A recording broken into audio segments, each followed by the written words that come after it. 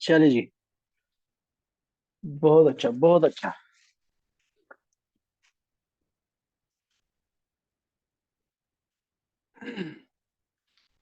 बस एक दो मिनट वेट करते हैं। अफसाना।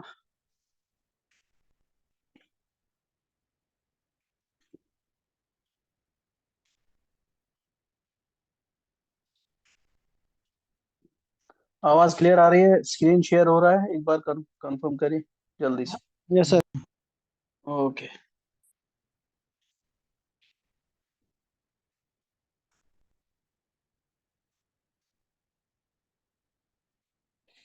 चलें जी, करते हैं स्टार्ट।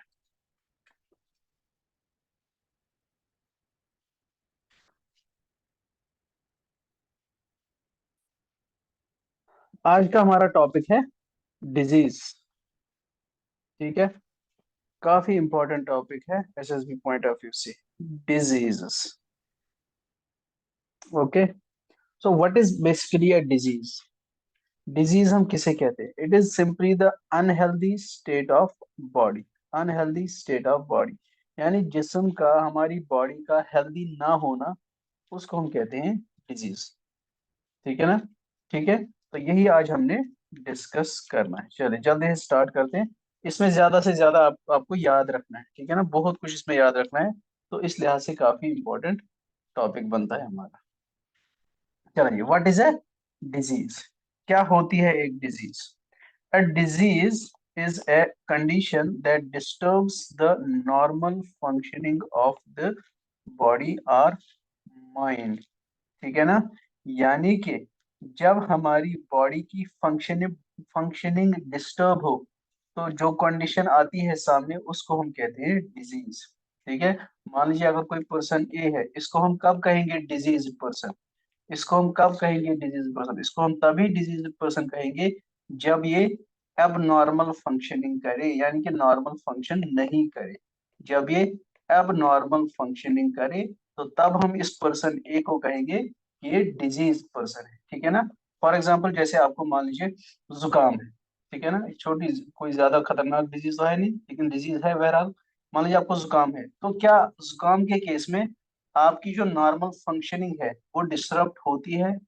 वो तबाह होती है? वो खराब होती है? हाँ होती है। वो बस नाक का बहना, नाक का बहना, ये नॉर्मल नहीं है, नहीं है ना? बिल्कुल भी नॉर्मल नहीं है। तो अगर नाक बह रही है, मतलब समथिंग इज रॉन्ग। उसी रॉन्ग को हम कहते हैं डिजीज। समझ आ रही है बात? यानी जब बॉडी नॉर्मल फंक्शनिंग ना करे, तो उस कंडीशन को हम कहते हैं डिजीज कंडीशन, या हम कहते हैं बंदे को डिजीज। ठीक है, या किसी भी एनिमल को डिजीज। टाइप्स ऑफ डिजीज यहाँ से इंपॉर्टेंट बनता है। डेफिनेशन से आपको क्वेश्चन नहीं पूछा जाएगा, बस ऐसे ही for the sake of knowledge आपको मैंने बता दिया। What are the types of disease? देखिए जनाब, कितने अकसाम होते हैं, कितने टाइप्स होते हैं डिजीज के। आपको मैं पहले एक बात समझाऊं। अगर मैं आपको बताऊं कि what are the types of humans, human beings की कितने टाइप्स हैं, कोई कहेगा दो है, कोई कहेगा तीन है, लेकिन जो भी आप टाइप बोलोगे, उसकी कोई ना कोई बेस होगी, कोई ना कोई बुनियाद होगी। मान लीजिए फॉर एग्जांपल आप मुझसे कहेंगे, तो मैं कहूंगा ह्यूमंस दो तरह के होते हैं। दो तरह के। चलो और भी कुछ तरह के होते हैं, लेकिन मैं for the sake of understanding बस दो ही बताऊंगा यहाँ पे। मैं कहूंगा कि मेल और फीमेल टाइप के होते हैं ह्यूमंस। या तो मेल होगा, या तो फीमेल होगा। ठीक है ना? ठीक है ना? तो मैंने कोई बेस कंसिडर किया है ना दिमाग में। बेस क्या मैंने कंसिडर किया? जेंडर। यानी कि मैं जेंडर की बेसिस पे ह्यूमंस के टाइप्स बता रहा हूँ। कोई आएगा आगे से, दूसरा बंदा आएगा, मान लीजिए आप में से कोई आएगा, वो कहेगा नहीं सर, ह्यूमंस मेल और फीमेल टाइप के नहीं होते। मैं कहूंगा कि ह्यूमंस या तो वाइट होते हैं, सॉरी वाइट तो नहीं कहेंगे, या तो ब्राउन होते हैं, या फिर अंग्रेज छोड़न क्वेश्चन पॉइंट, या तो ब्लैक होते हैं, ठीक है, या तो वीटिश होते हैं। वीटिश, वीटिश उनका कलर।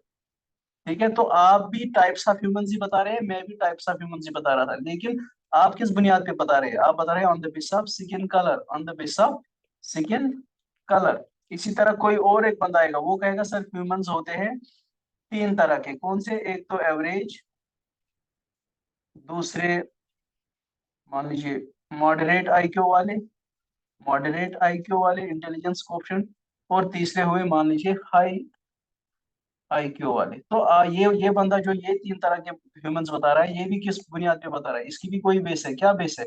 इंटेलिजेंस, इंटेलिजेंस ये कह रहा है कि वो बंदे जिनकी एवरेज इंटेलिजेंस है उनको एवरेज ह्यूमंस कहेंगे, जिनकी मॉडरेट है उनको मॉडरेट इंटेलिजेंस, इनको मॉडरेट आईक्यू वाले ह्यूमंस कहेंगे, जिनकी ज्यादा है उनको हम कहेंगे high IQ.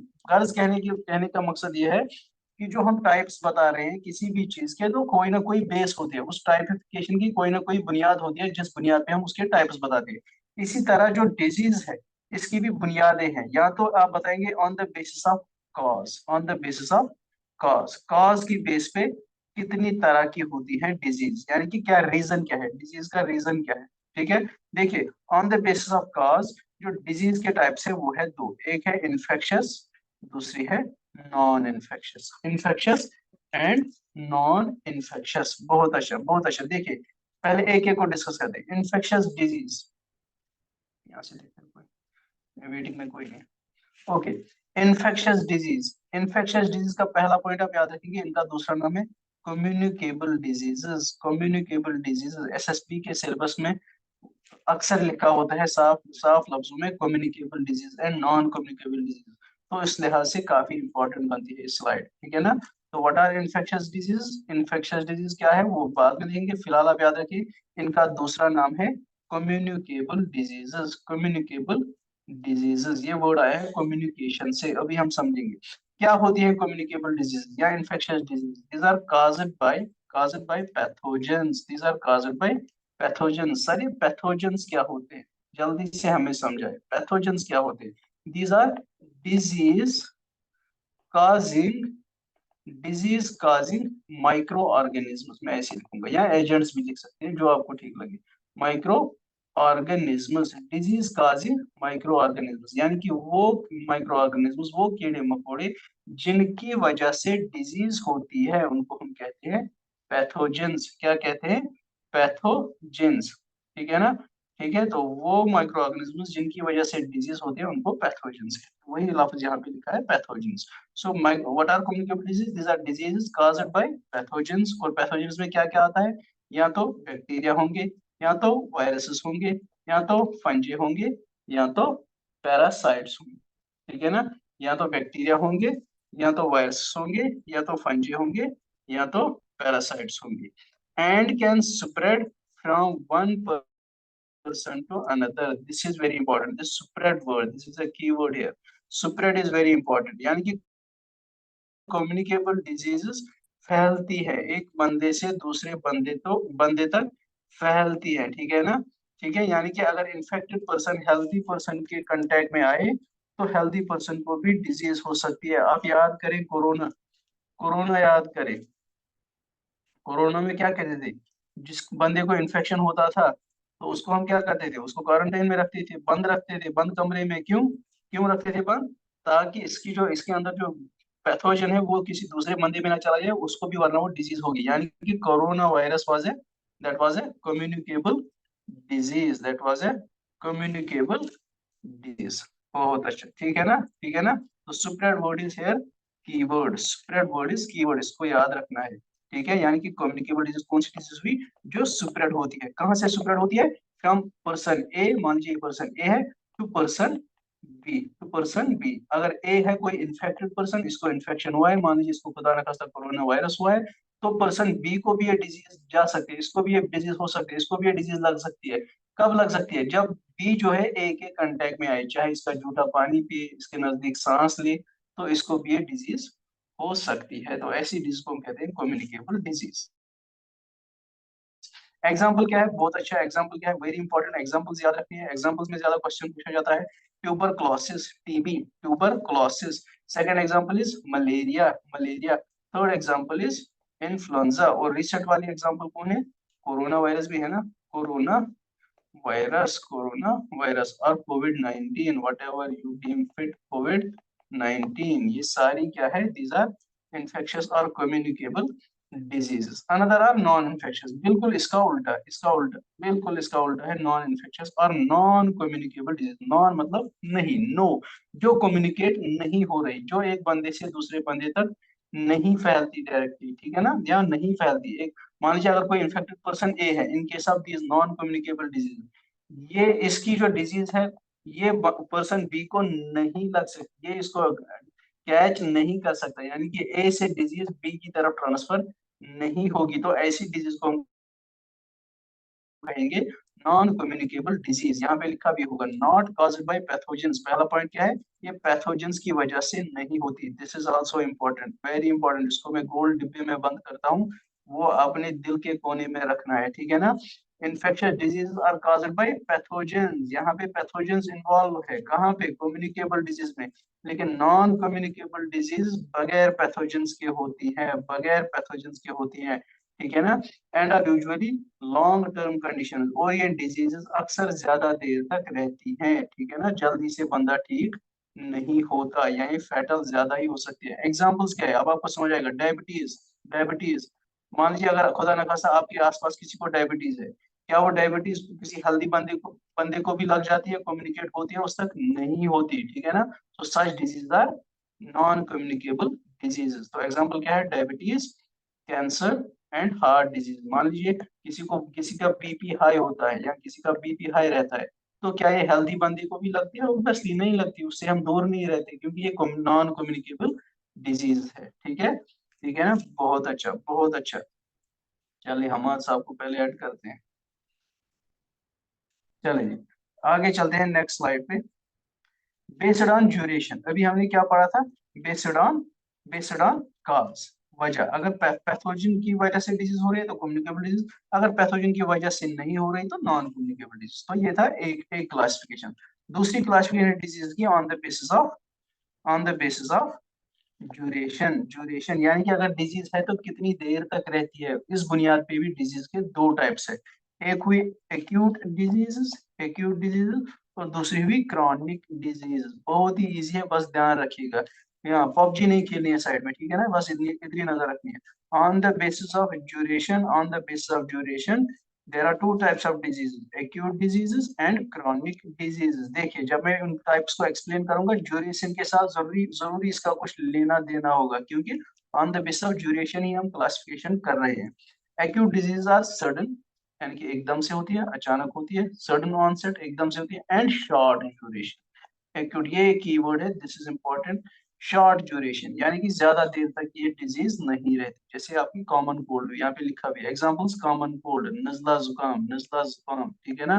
Common cold and appendicitis, इसको कश्मीरी में परंद्रम कहते हैं, ठीक है ना।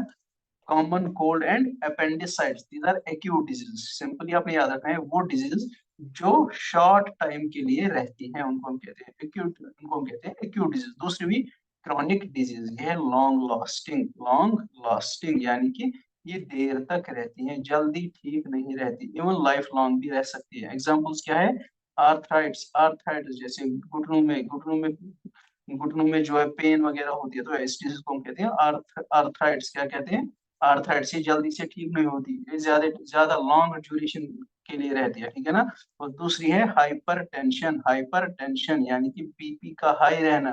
This is also a chronic disease. तो क्या याद रखा आपने? एक्यूट डिजीज जो शॉर्ट ड्यूरेशन के लिए रहे, कम टाइम के लिए रहे, और क्रॉनिक डिजीज जो लॉन्ग ड्यूरेशन के लिए ज्यादा समय तक रहे डिजीज, ठीक है ना।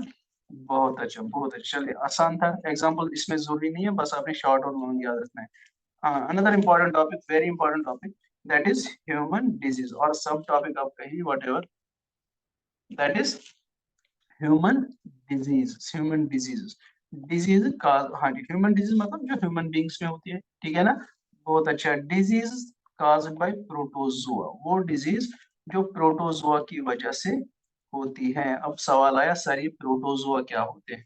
जल्दी से मैं आपको समझाता हूँ व्हाट आर प्रोटोजोआ। आप मुझे बताए जो एनिमल्स है, मैं एनिमल्स की बात करूंगा, चलो एनिमल्स आपको थोड़ा कंफ्यूज करेगा। मैं कहूंगा जो सेल्स है, अच्छा चलो, जो माइक्रो ऑर्गन, मैं ऐसे ऐसे समझाऊंगा, जो माइक्रो ऑर्गेनिजम्स होते हैं, जो माइक्रो ऑर्गेनिजम्स होते हैं, ये ब्रॉडली आपको समझाने के लिए मैं बता रहा हूँ, वरना इतना ही नहीं है, बहुत बड़ा टॉपिक है, बस आपको समझा रहा हूँ इस ये जो हमारा लेक्चर है इसके पॉइंट ऑफ व्यू से, ताकि आपको चीजें समझ आए। जो माइक्रो ऑर्गेनिज्म है ना, ये तीन तरह के होते हैं। मैं अगेन रिपीट करता हूँ, इतना ही नहीं होता, माइक्रोऑर्गेनिज्म में बहुत कुछ होता है, बस आपको समझाने के लिए मैं इसको शॉर्ट करता हूँ।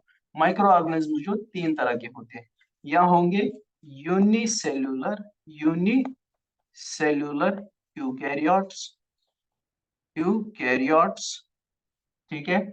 या होंगे, यहाँ पे मैं लिखूंगा दूसरा टाइप, या होंगे यूनि, इसको प्लीज समझना, यूनिसेल्यूलर प्रोकैरियोट्स। एग्जाम में नहीं पूछा जाएगा आपको, लेकिन ये टॉपिक समझने के लिए इंपॉर्टेंट है।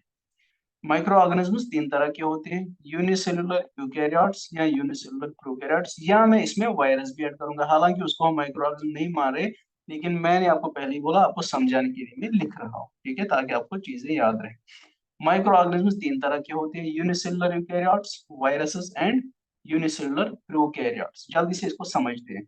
यूनि मतलब एक, सेलुलर मतलब सेल, यानी कि ये वो माइक्रो ऑर्गेनिजम्स हुए जो एक ही सेल के बने होते हैं, ठीक है ना। और सेल कैसी होती है, ये यूकैरियोटिक सेल होती है, यूकैरियोटिक सेल होती है। क्या होती है? Eukaryotic cell. सारी यूकैरियोटिक सेल कौन सी सेल हुई? ये वो सेल हुई जिसमें न्यूक्लियस प्रेजेंट होता है, प्रोमिनेंट न्यूक्लियस होता है। न्यूक्लियस मैंने आपको कल बोला था, आरबीसी के केस में एब्सेंट होता है, तो न्यूक्लियस मैंने आपको बोला था it is the kind of brain of the cell, जो सेल की फंक्शनिंग को कंट्रोल करता है, ठीक है। दूसरा टाइप है माइक्रो ऑर्गेनिज्म का यूनिसेलुलर, यानी कि यहाँ पे भी सेल एक ही है, लेकिन सेल का टाइप क्या है? प्रोकैरियोटिक सेल होती है। क्या होती है? Prokaryotic cell. अब प्लीज इस पे पीएचडी नहीं करने बैठना, बस जितना मैं बता रहा हूँ काफी है, ठीक है ना। समझ आया तो गुड। ओके, यूनिसेलर प्रोकैरियोट्स, यहाँ पे भी सेल एक है, लेकिन प्रोकैरियोटिक सेल है, यानी कि यहाँ पे न्यूक्लियस एब्सेंट होता है, न्यूक्लियस नहीं होता। क्रॉस मार रहा हूं मैं, न्यूक्लियस इज एब्सेंट, यहाँ प्रिमिटिव न्यूक्लियस होता है, ठीक है ना। ठीक है, तो बस आप बेसिक डिफरेंस याद रखिए। यूकैरियोट्स में न्यूक्लियस प्रेजेंट होता है, प्रोकैरियोट्स में न्यूक्लियस एब्सेंट होता है, ठीक है। और तीसरा रहा viruses. What are viruses? These are the these are the ये होते हैं या तो डीएनए या आरएनए के बने होंगे, और इसके इर्द गिर्द प्रोटीन होता है। इसमें सेल वेल कुछ नहीं होता, ये होता है एक तो डीएनए डीएनए या आरएनए का, या डीएनए या आरएनए होगा प्लस, और एक तो या डीएनए होगा या सिर्फ आरएनए होगा, या और इसके बावजूद डीएनए और आरएनए के बाद इसमें प्रोटीन्स भी होते हैं, इसमें सेल वेल नहीं होती कोई, ठीक है। तो ऐसे ऑर्गेनिज्म को कहेंगे, ऐसे माइक्रो ऑर्गेनिज्म को कहेंगे हम वायरसेस, ठीक है ना। ठीक है ना, बहुत अच्छा। तो क्या बोला मैंने आपको? माइक्रो ऑर्गेनिज्म तीन तरह के होते हैं, एक्चुअली वायरसेस में नहीं आते, आपको समझाने के लिए यहाँ पे ऐड किया, ठीक है ना। माइक्रो ऑर्गेनिज्म तीन तरह के होते हैं, एक हुए यूनिसेलुलर यूकैरियोट्स, दूसरे हुए यूनिसेलुलर प्रोकैरियोट्स। यूनिसेलुलर यूकैरियोट्स जिनमें सेल एक ही होती है, और वो सेल यूकैरियोटिक होती है, यानी कि उसमें न्यूक्लियस प्रेजेंट होता है।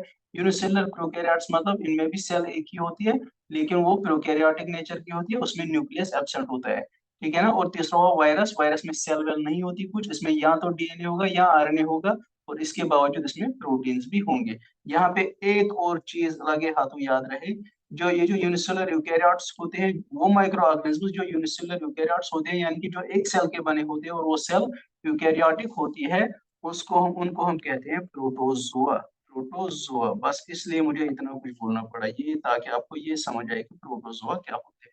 तो protozoa are micro organisms which have single cell, और उस सेल के अंदर न्यूक्लियस प्रेजेंट होता है। एक मारी मैंने, ठीक है ना।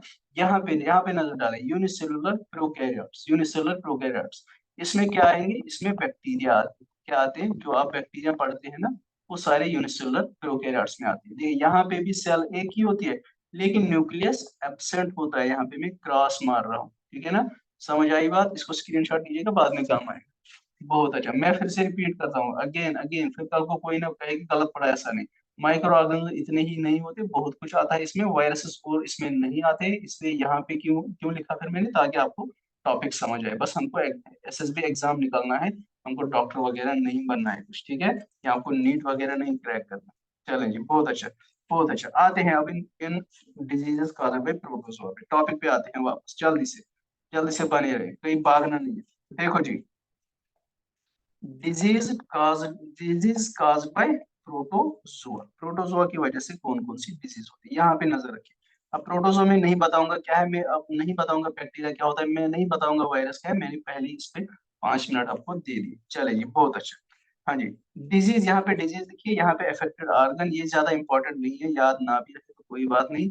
ये इंपॉर्टेंट है, this is important, this is also important, ठीक है। चलिए, डिजीज है मलेरिया, यानी कि कल को आपको क्वेश्चन पूछा जा सकता है, which are the following disease is a protozoan disease, उसमें इनमें से कोई डिजीज होगी और बाकी 3 अलग होंगी। तो आपको पहचान, आप कब कैसे पहचान पाओगे कौन सी प्रोटोजोन डिजीज, जब आपने ये सब याद रखा होगा, ठीक है ना।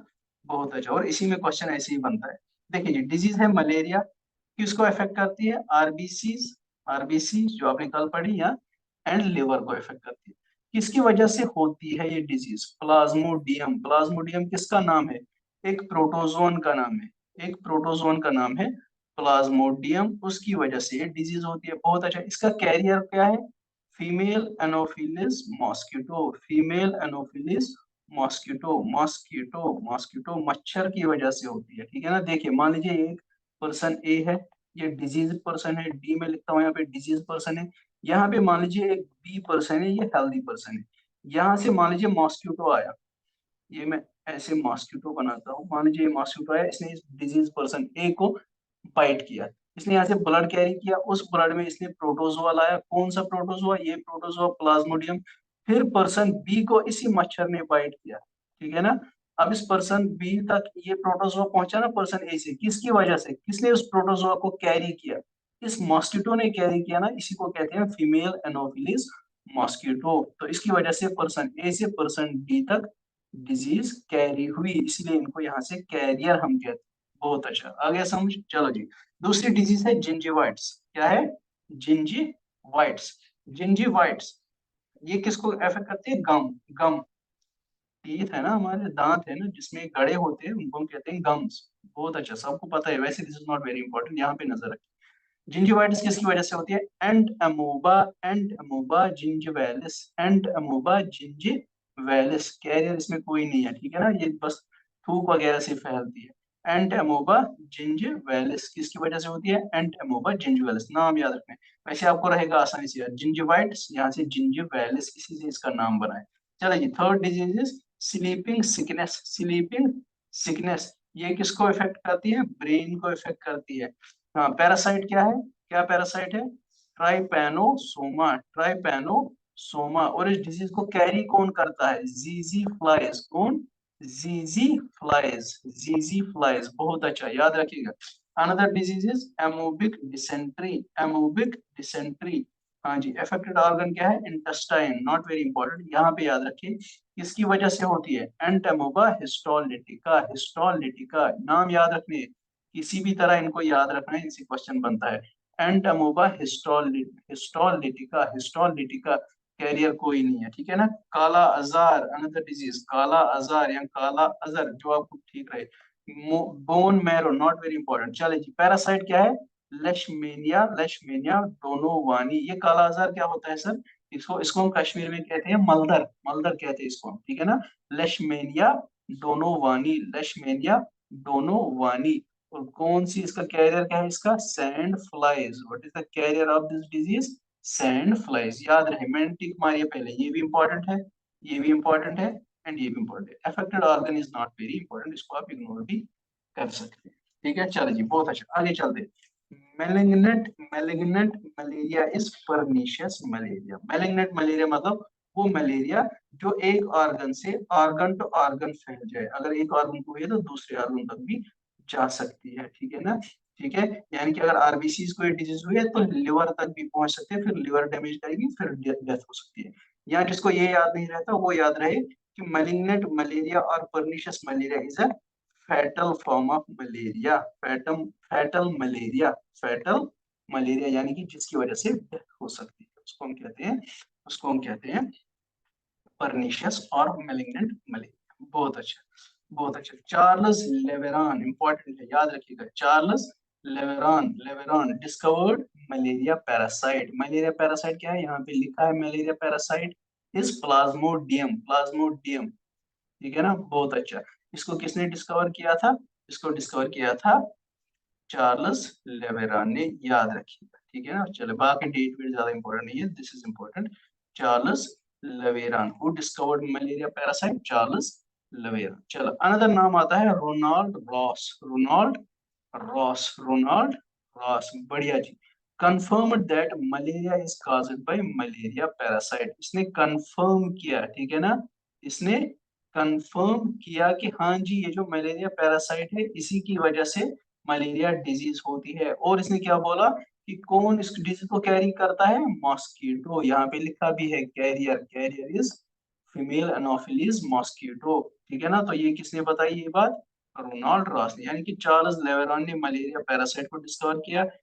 फिर रोनाल्ड रॉस ने कहा मलेरिया हाँ सच में इसी से होती है, और इसने कहा कि इसका मॉस्किटो जो है वो कैरियर है इस डिसीज का, ठीक है ना। बहुत अच्छा, चलिए आगे चलते हैं।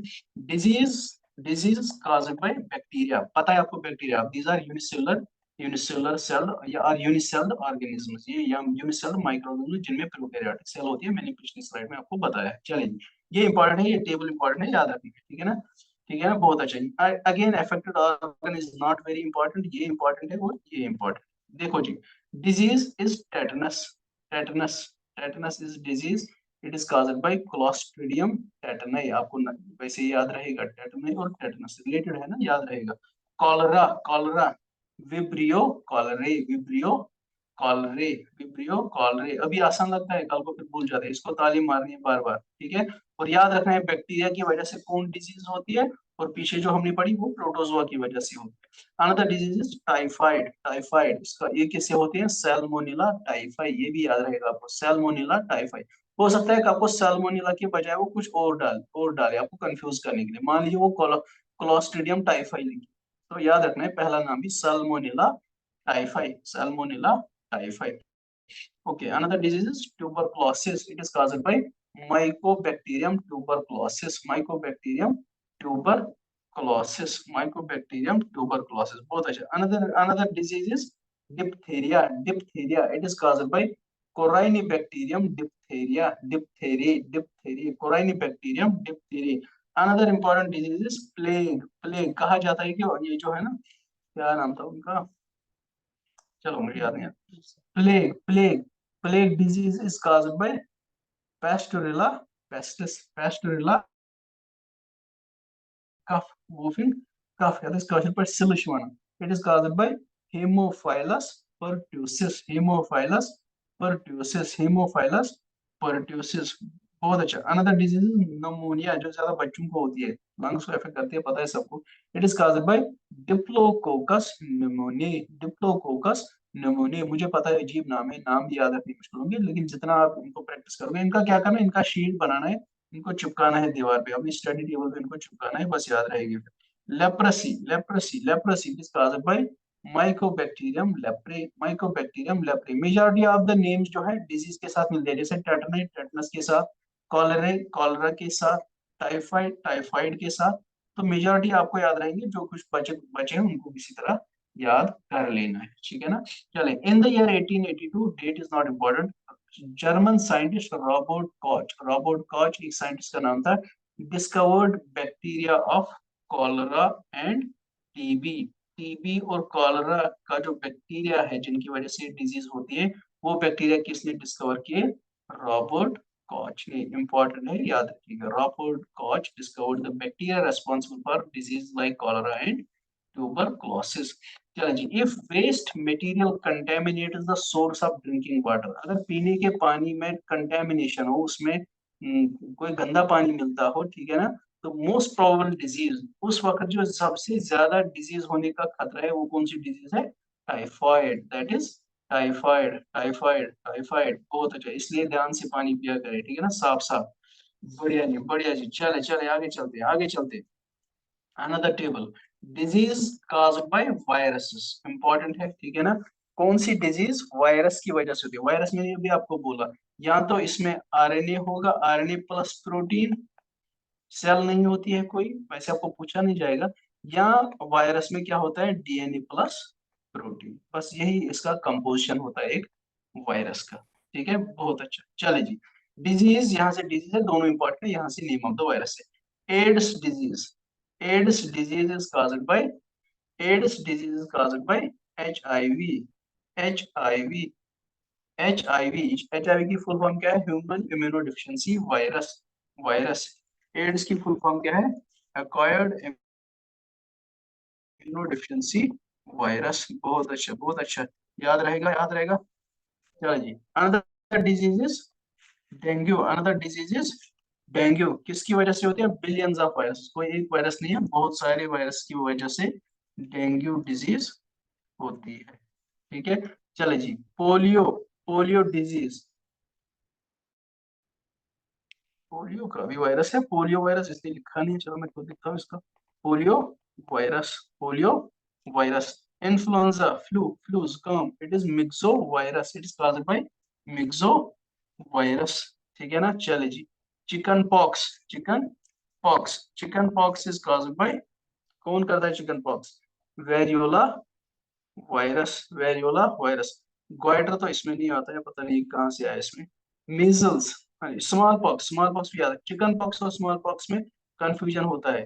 चिकन पॉक्स होता है वेरियोला वायरस की वजह से, स्मॉल पॉक्स होता है वेरिसिला वायरस की वजह से। किसकी वजह से? वेरिसिला, वेरिसिला वायरस की वजह से। बहुत अच्छा। ग्वाइटर असल में ये जो है आयोडीन की कमी होती है, ठीक है ना, आयोडीन डेफिशिएंसी, ये वायरल डिजीज नहीं है, इसको आप कट करेगा, इसको मैं खुद भी कट करूंगा। चलिए जी, measles, measles caused by morbilli virus. Another viral disease is trachoma and hepatitis, hepatitis virus होती है, ट्रैकोमा का वायरस लिखा नहीं है यहाँ पे। हेपेटाइटिस इंपॉर्टेंट है, इससे होती है, हेपेटाइटिस वायरस से होती है, हेपेटाइटिस वायरस का भी नाम, ठीक है ना।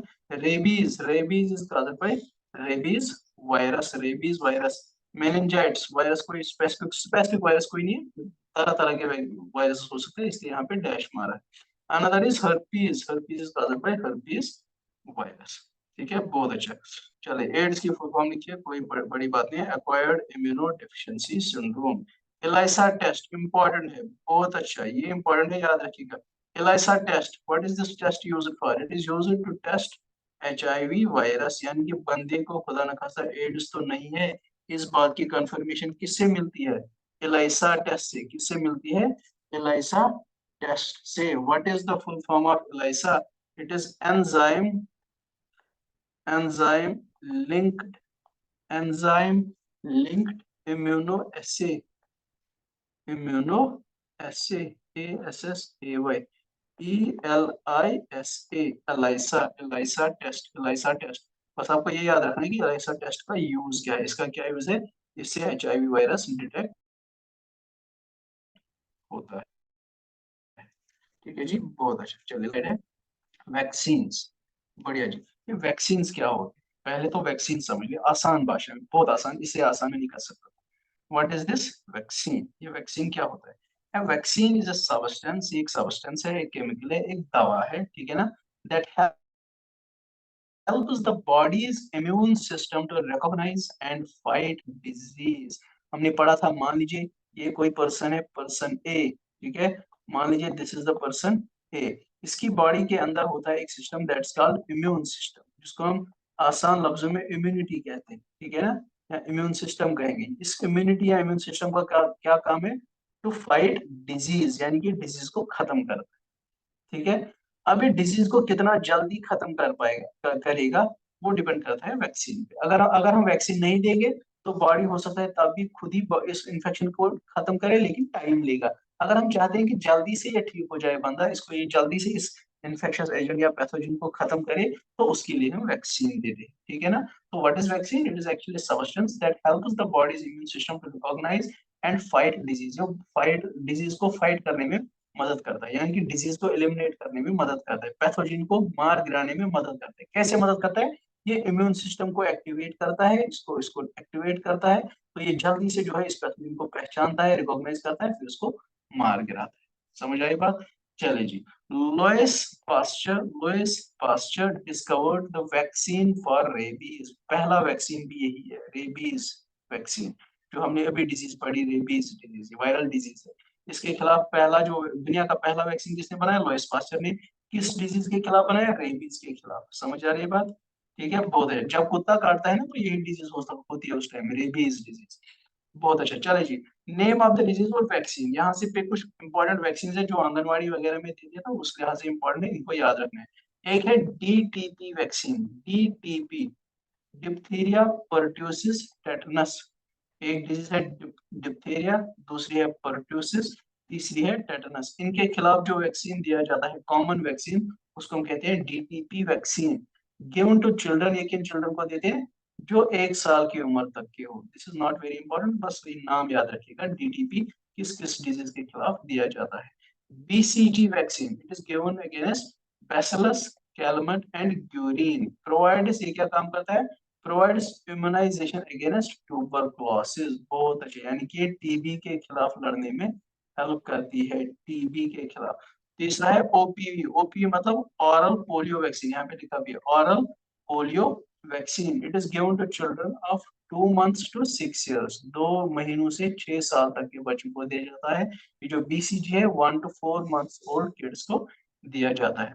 चलिए, another important point is deficiency disease. Deficiency disease ये हम कल वैसे देख लेंगे विटामिन डेफिशिएंसीज में। डेफिशिएंसी डिजीज क्या होती है? ये वो डिजीज होती है जो रिजल्ट होती है from a lack of essential nutrients. जब कोई बॉडी को ठीक तरह से न्यूट्रिएंट्स नहीं मिलते, अच्छा खाना नहीं मिलता, ठीक है ना, हेल्दी खाना नहीं मिलता, बैलेंस डाइट नहीं मिलता, तब जो डिजीज होती है due to the deficiency of nutrients, उनको हम कहते हैं डेफिशिएंसी डिजीज। एग्जांपल क्या है? स्कर्वी। स्कर्वी स्कर्वी स्कर्वी में क्या होता है वो हम देख लेंगे कल, ठीक है ना।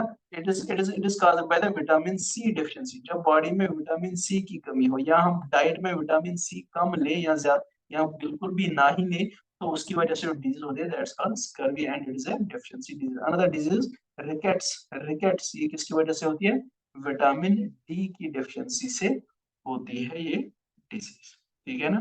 ठीक है, बहुत अच्छा। चलें, याद रखना है, भूलना नहीं है। ये जो टेबल्स है इनको अच्छे से रिवाइज करना है। ज्यादा इंपॉर्टेंट ही टेबल्स है, और बीच बीच में जो इंपॉर्टेंट था वो मैंने आपको बोला। तो ये यहाँ पे मैंने क्या लिखा है, ये these are pathogens, these are micro organism जो हमारे मुंह के थ्रू, हमारी नोज के थ्रू अंदर चले जाते हैं, ठीक है, और उसकी वजह से इन्फेक्शन होता है और फिर अल्टीमेटली डिजीज, ठीक है ना।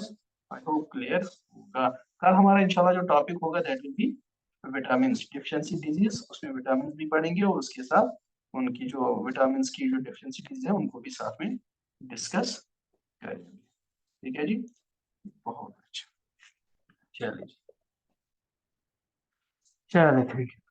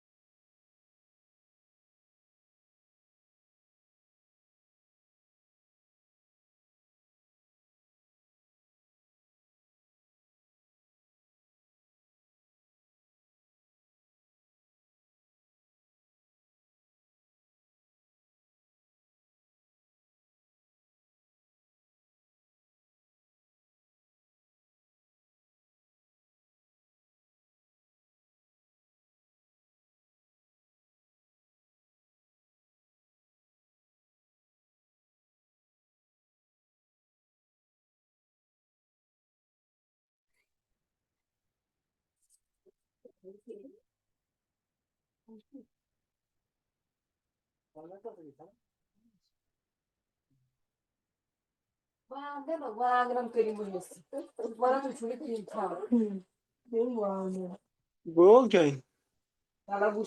Então isso é meu outro.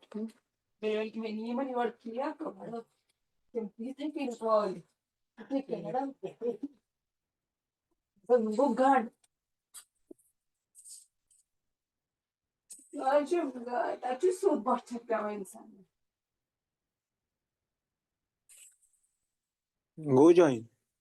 Note तो होता है नोट है एक्चुअली तो नोट